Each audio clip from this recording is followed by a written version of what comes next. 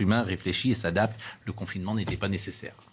Le confinement aussi strict qu'on l'a connu, non, n'était pas nécessaire. On l'a su effectivement a posteriori. Et ceux qui disent qu'il y aurait eu plus de morts et qu'il y aurait eu 100 000 personnes de plus de tués... Alors moi, je ne dis pas que le confinement n'a pas évité certains décès de la pandémie. Ce que je dis, c'est que les projections qui étaient celles qui ont été faites par Neil Ferguson et qui ont entraîné le premier confinement n'ont pas pris en compte le fait que les gens s'adaptaient, adaptaient leur comportement. Qu'est-ce qui se serait passé si on n'avait pas fait de... Je veux dire, l'argument massif et qui arrête la discussion, c'est dire s'il n'y a pas confinement, plus de morts.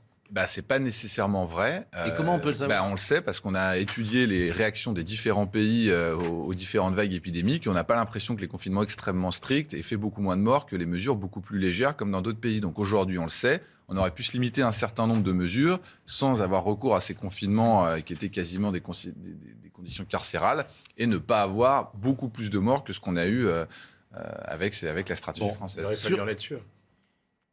Non, mais je suis bien d'accord. Mais ce que je pense, c'est que... à la place du gouvernement... Non, mais ce que je pense, c'est que la faiblesse des modèles qui ont été utilisés au départ ont fait qu'on a été par excès parce qu'on n'avait pas la capacité de faire du détail avec des outils plus précis. Sur les plateaux de télévision, je meurs